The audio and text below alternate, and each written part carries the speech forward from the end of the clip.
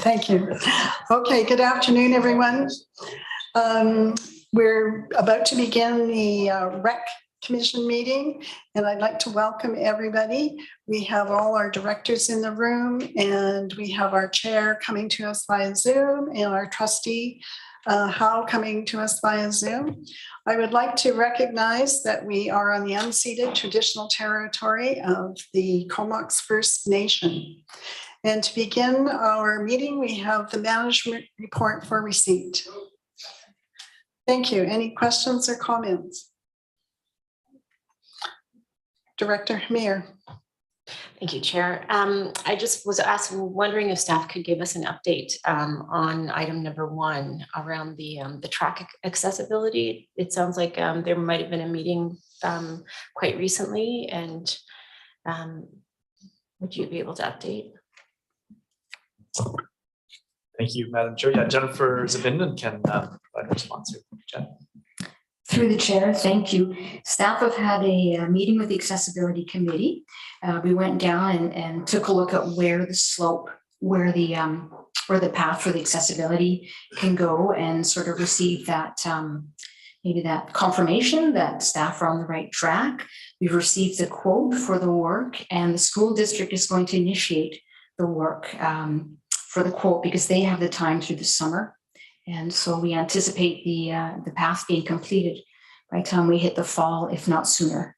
Thank you. That's fantastic news. Thanks. Thank you. Do we have any other questions? Okay. Seeing no other further questions, let's vote on receipt. All those in favor? Opposed? It's carried. And moving down to reports, we have the aquatic strategy update for receipt.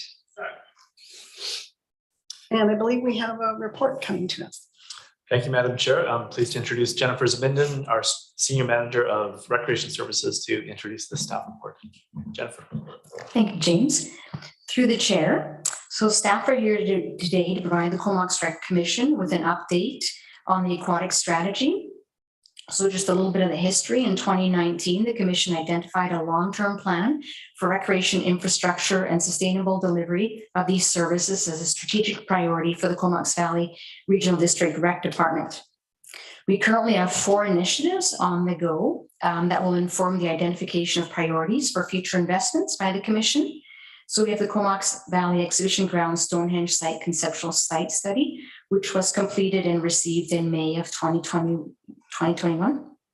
We have the sports field study. So we're working with our municipal partners in the school district to assess the current inventory, conditions, and allocations of sport fields.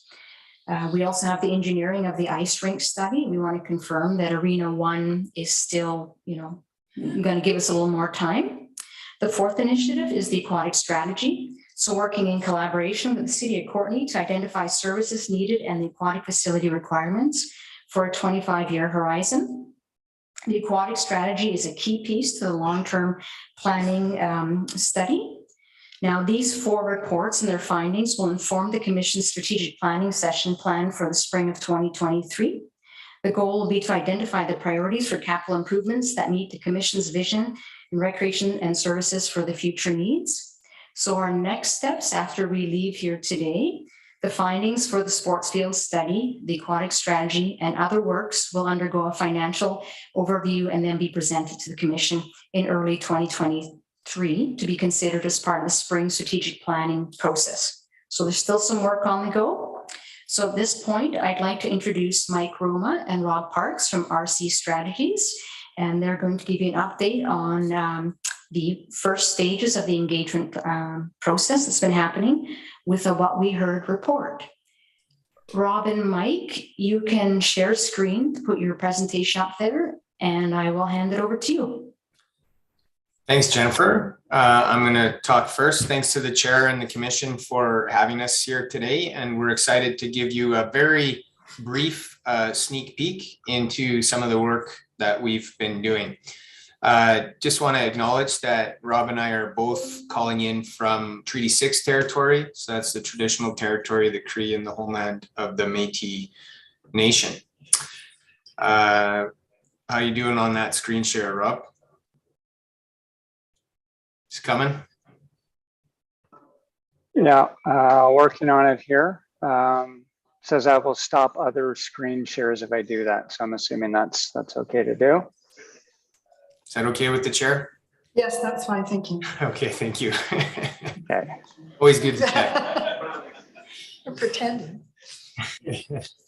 Okay, cool. So you can go right on to the next slide there, Rob. So I just wanted to, I guess, first introduce myself. So as Jennifer mentioned, Mike Roma with RC Strategies. I'm one of the 2 project managers on this project. And although Rob is our engagement lead and he's going to talk to a few survey results, I wanted to show my face because I haven't had a chance to do that to the commission yet.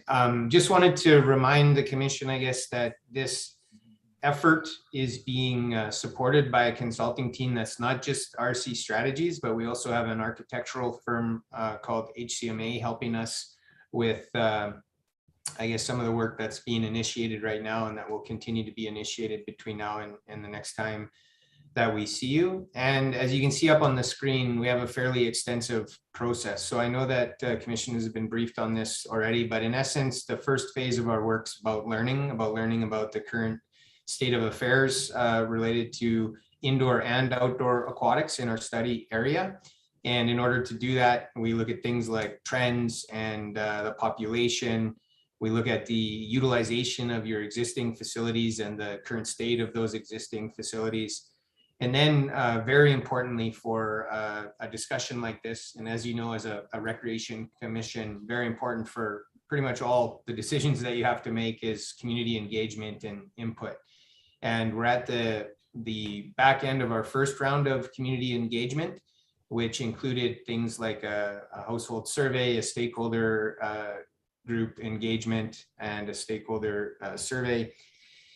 And we just wanted to share a few of those results with you today. So again, thanks for having us. I'm going to stay on the line here to answer any questions that you might have about the process, and I'm going to hand it over to Rob to again, give you a very brief sneak peek into what we've heard so far. Thanks very much, Mike. And yeah, pleased to be here and speak briefly about this. So up on the slide in front of you just outlines the different tactics that we use through the engagement. We started the process back in February of this year with the resident household survey and kind of extended through even into May for some of the stakeholder meetings. And so I'll just quickly run you through the numbers that you see in front of you. And so we did have 2 household surveys.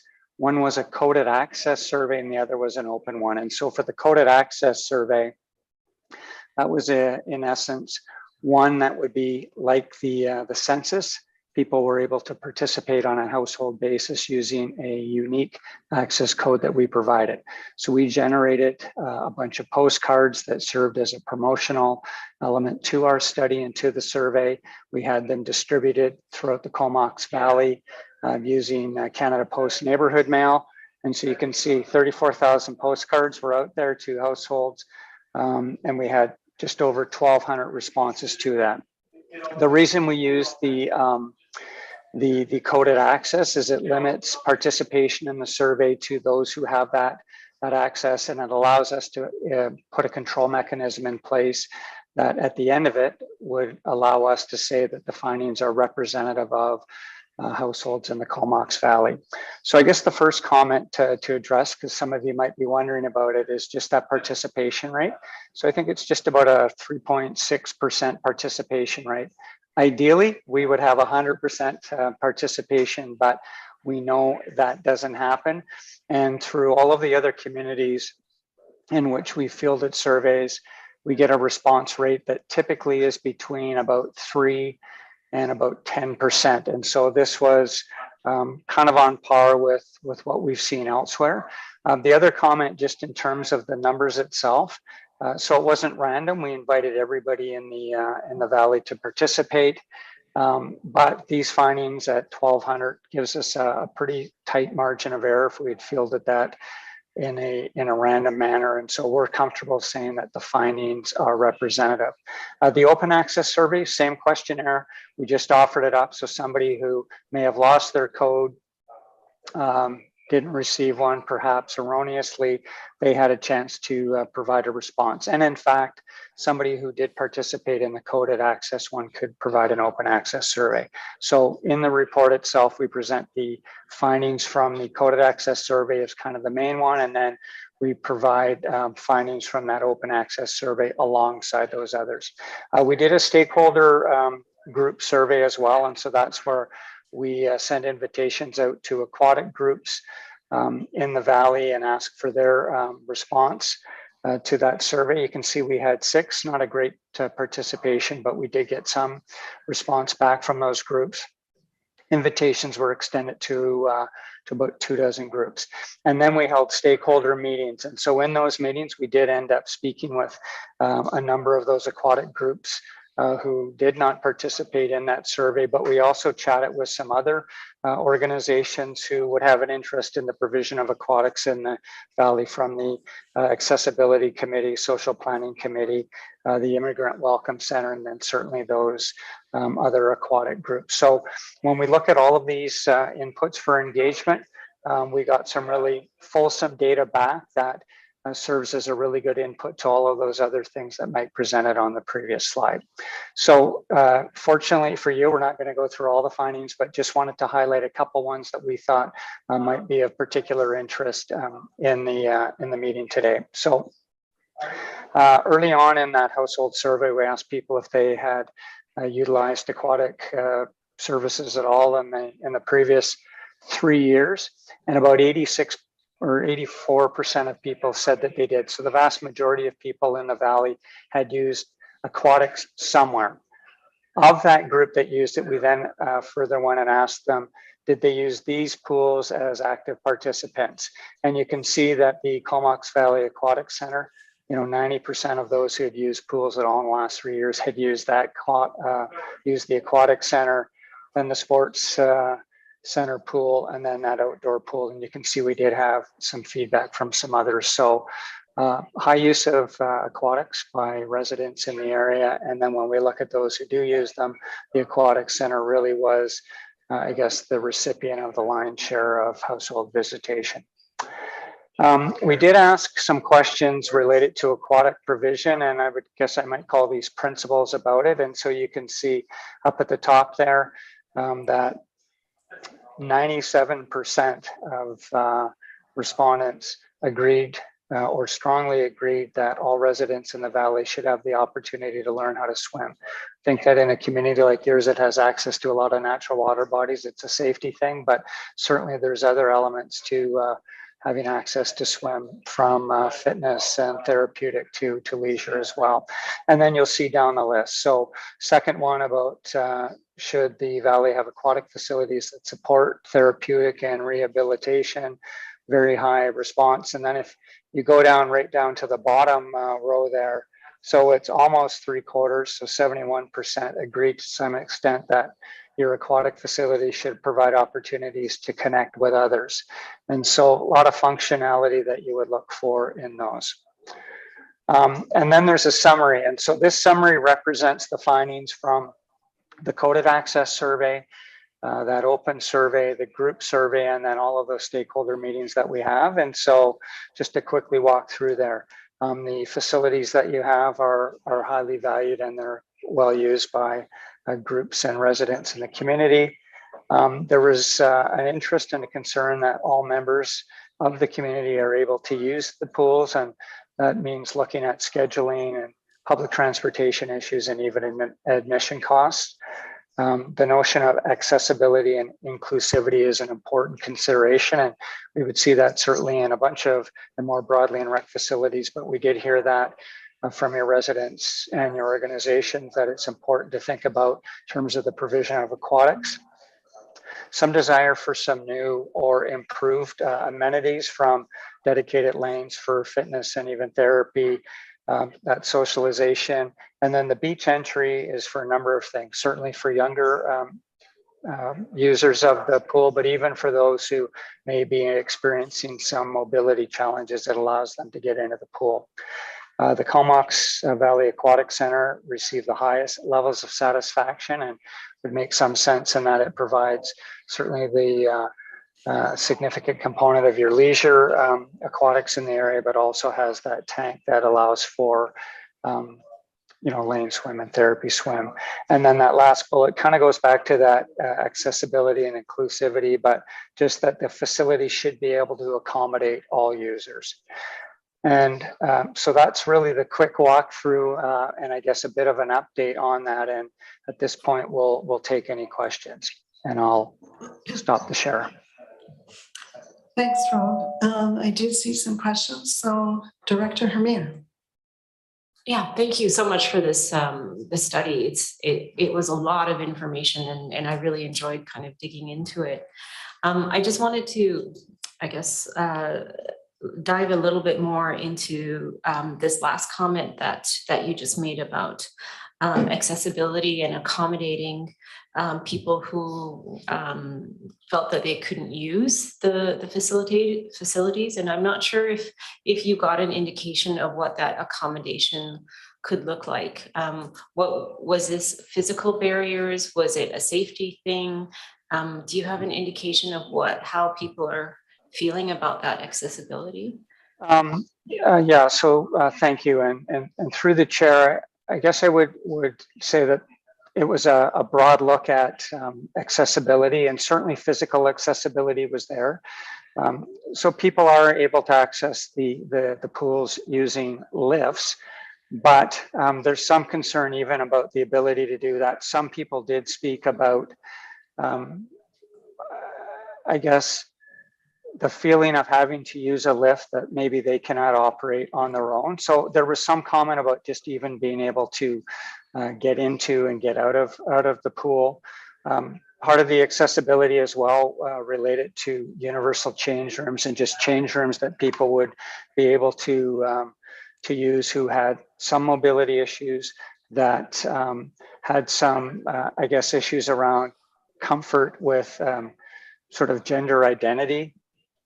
Even spoke with one organization that used the outdoor pool for one of their events, and it was a group of people who are quite large, and they expressed some concern about the need to have facilities that would allow them to use, say, change rooms and use the pool itself in the same manner as somebody who was quite comfortable in using an aquatic facility. And so really it was a broader comment. And I think a takeaway looking at that is ensuring that there's physical accessibility, that everybody can get in, but even looking at how staff are welcoming people into the facility and making them feel comfortable. And that's not a report card saying that staff aren't doing that, but part of it is just saying that people go to a pool facility and try and use it and have a whole variety of things that they're trying to deal with. And I think about my own personal use of it, and I don't have those physical accessibility issues, but it doesn't mean I'm the most comfortable in using a pool facility either. And so really quite a broad look at it. Okay, thank you. I see other lights on, but if I may ask one more question. I noted in the study, there was comment about the overall usage of our facilities, and that we had capacity and I'm wondering if that was specific to certain times, and if you could maybe elaborate more on where we could have more capacity or where we could have more usage. And I don't know if you have answers to that of how, but would love to hear more. Yeah, so I'll maybe speak briefly to it from the engagement perspective, and then Mike, I'll give you the 5-second warning to ask you to maybe speak a little bit broadly to accessibility. And so typically, and maybe I'll just give a general statement about these kinds of facilities generally, and then share some recollections from the engagement itself for your facilities. Generally, there's certain periods of time in which people want to use a facility. And And so that attracts all of that use, and some will comment on the facility being really quite busy. And so I think about comments coming back from your facilities. Interestingly enough, there were some who said, we don't use the outdoor pool because it's too crowded. So you would have a better sense of that than I, but I would expect that on a hot summer day, it's probably quite crowded. And when it's not so hot, it might not be as crowded. When we think about the indoor facilities, some of the same kinds of things would apply there. I know that there are some classes that go on at certain periods of time. At those same times, there would be some, I guess, spontaneous or drop-in use that might want to swim some lengths. And I think there's some health professionals in the community that are able to access the pools with their clients and want to do some lessons in there. If we think about the aquatic center, it can be quite loud in there. And so that has some impact too about people's ability to use it. So I don't have recollection, and I don't think we collected information through the engagement specifically that identified this time was overly crowded to use. But I think if you sort of think logically about when people would use it, probably earlier in the morning, and then so those prime time hours in the evening, that might be really where those pinch points were. Mike, did you want to speak or add anything about that? Yeah, thanks, Robin, through the chair. Very good questions and commentary. I just wanted to address two things. First off, the perception of accessibility and busyness and the overall, I guess, concept of supply and demand is another part of our planning process. So we have a kind of a proprietary approach to assessing supply and demand for indoor and outdoor aquatics facilities. And we're nearing completion of that, and that'll be part of the next package of information that you'll see. So in some ways, it will confirm what we've heard in public engagement. In other ways, it will contradict what we've heard in public engagement, but it will be another element, I guess, of it'll be another element or influence in the planning process for identifying whether or not we have excess capacity, like we have enough facilities right now to service our market. And then I just wanted to also make one comment about the, I guess, the welcoming nature of facilities or accessibility and inclusion from a bit broader perspective. I think that one of the things that we've challenged our architect to do is to look at your existing facilities with or through that lens. And a lot of the other elements of our research that kind of helps inform where we might go with aquatics in the future includes definitely accessibility and inclusion elements to it. So that's looking at industry publications, understanding your population to a greater degree and what kind of barriers your population is facing, looking at what other facilities, maybe more modern facilities or facilities that are just being designed, or any other practices, dare I say best practices around accessibility and inclusion. We'll make sure that those are added to the mix, will form part of our ultimate recommendations related to your infrastructure, but also how we might suggest you move forward in terms of the operations or service delivery related to those aquatic environments too. So that is kind of, I guess I'll probably make this comment again to other questions possibly, but there's definitely more coming here that you'll be able to kind of reflect on and respond to. And this just represents one element, a very important element, but one element of our kind of the influences that we'll use to come up with kind of a strategic plan moving forward, and that is the engagement. So hopefully that helps, and I guess I'll pass it back to the chair. Thank you. Thank you. I see quite a few questions lighting up here. We'll move to Director Green. Thank you, Madam Chair. I'll be very brief, and I think this board has heard me say this before.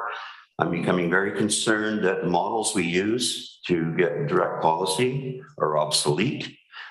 We see diminishing public involvement on everything. Service clubs are struggling. Volunteerism is at an all-time low. We're talking about a 3.6% response. 6 stakeholder responses, and that's deemed sufficient. I think we can call that fulsome data. I'm not sure. When you look back at the direction of the Stonehenge site and things like that, it seems like a handful of people are driving process. So what we see is what Director Halian said the other day was that we're seeing policy by whoever shows up. So, and decisions are made on very, very sparse participation. So I don't know if we could put too much credence in any of this stuff, and I'll leave it at that. Okay, thank you, Director Grieve. And I think we'll go online to Director Arbor. Oh, sorry, I just dropped all of you. We can see you. Yeah, thank you. And maybe it might be good to get an answer from the consultant as to the statistical significance of the level of answers we got, because I don't think it was necessarily a random poll, but you know, there's always ways to arrive at certain confidence level in the data that's collected. So it'd be interesting to hear about that. But that was not my question. My question is, I guess where the rubber will hit the road is, you know, heading into the 2023 strategic planning session for REC, we're going to be confronted with potentially a number of high cost capital items, whether it's looking at the ice sheets, whether it's looking at the soccer field and the turf field requests, and other types of facilities. So we're coming at a bit of there's been large investments in the 80s and 90s, and we're coming at a place where we've had a growing population, and we have, unfortunately, really high inflation in the cost of construction right now. So we're also going to have to give some thought as to the approach that we take on things like just looking at the aquatic strategy in terms of if there's a need for renewal or otherwise.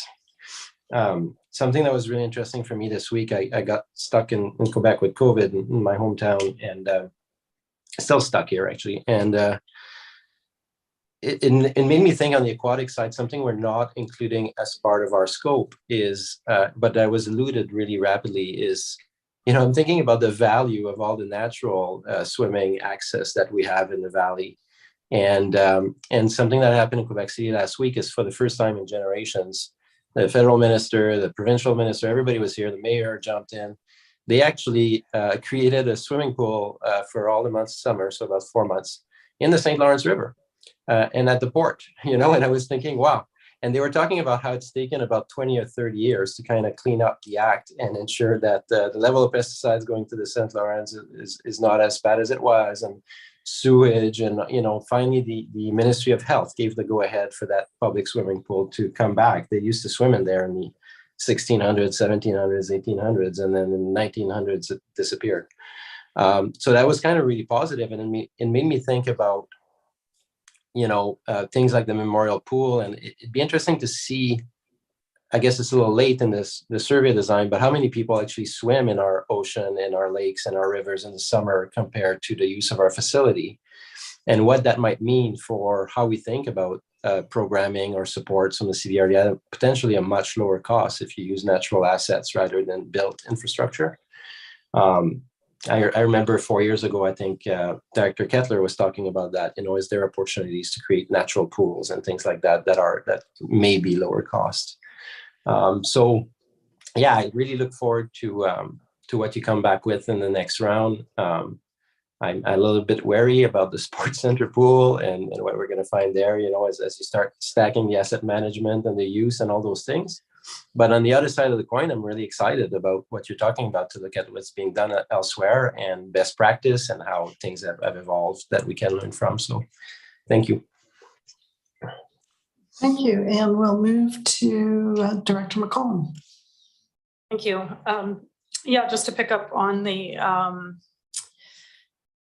participation rate with the survey being 3.6% plus the online participation.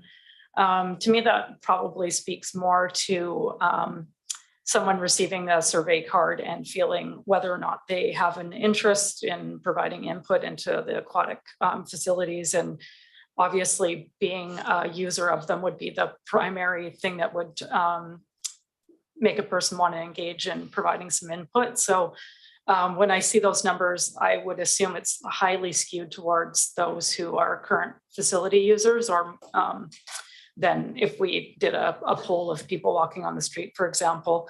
So I would just hope that you know, skewing of the data is taken into account when we're looking at further analysis of the data. But in terms of takeaways, I think there's lots of useful takeaways, whether or not we had a higher percentage of participation. I mean, hearing about what amenities are most important in the facilities and priorities around accessibility and satisfaction are useful, whether we have a 50% participation rate or a lower number. So just wanted to make those general comments. And then I'm also curious as to whether or not you have experience in doing surveys that look at multiple types of recreation facilities at once, because to me, I would assume that we would have had a higher participation rate if we were looking at you know, ice rinks and aquatic facilities and some of the other things that are delivered through the regional district rather than just strictly aquatic, and whether or not that would change how we look at engagement. Just wondering if you could comment on that. Certainly, thank you. And through the chair, maybe just a general comment is come up a couple of times about the participation rate, and then I'll speak specifically to your question about the surveying for sort of a broader array of facilities. So we would have loved to see a greater participation rate. There's no doubt about it. The engagement is important, and it does serve though as one of the inputs, and that's partly why we would do all of those other elements of research to bring that to bear on this.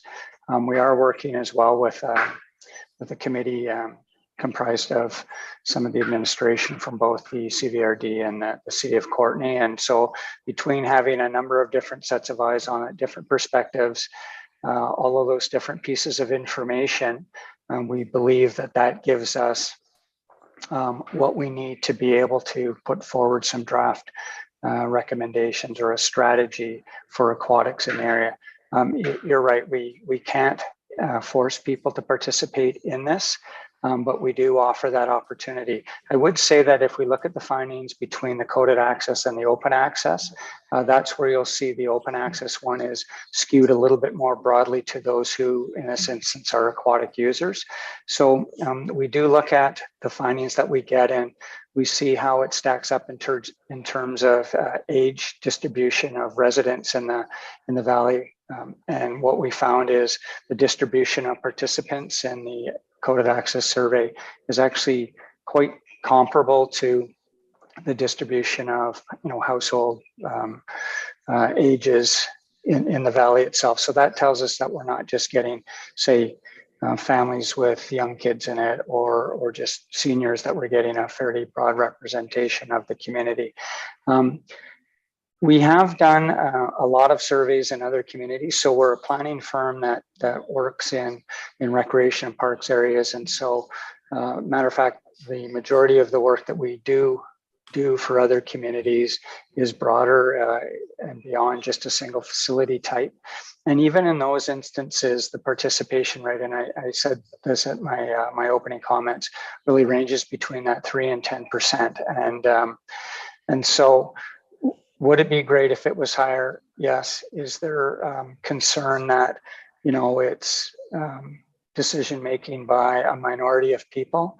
I think there would be a tendency to maybe lean that way if the only decisions that we were making was based on the survey itself. But, as the survey numbers come in, we do see that the findings over those larger numbers really is something that it would be broadly representative. We have done surveys where we have done some random sampling through a variety of techniques, either telephone or through kind of mail outs. And what we found through that, I would say, is comparable to the kinds of findings that we would have found through this. So I hear the concerns of the directors certainly, and have some comfort that the information we have isn't perfect, but that combined with the other information that we gathered would allow us to make some good decisions. Great, that's very reassuring. Thank you. Thank you. And I think our final question for today, Director Warren. Running a tight ship, Chair Smith. Yeah, I was curious about, I didn't see really in the survey, looking at kind of the preference of experience of aquatics. And I was really interested in Director Arbor's comments around utilizing natural assets. And so I'm particularly thinking about the outdoor pool, because I know in the report, it does say that there were some ardent supporters. Of course, I'd be one of them, and Director Grieve, maybe because we've been around since the pool was built, probably, almost. But I do know that there are folks from out of town that come in and are really thrilled with the outdoor pool, because there are outdoor pools all over the place that are really well utilized. So I guess when I see that the satisfaction was lower for in terms of satisfaction with the actual facility, I think that's more of a reflection of the state of the outdoor pool rather than the experience of wanting to swim in an outdoor pool. I think we've seen during COVID, people wanting those outdoor experiences. So I was curious whether you had any comments to make around whether there was anything that came up around a preference for the experience of outdoor versus indoor.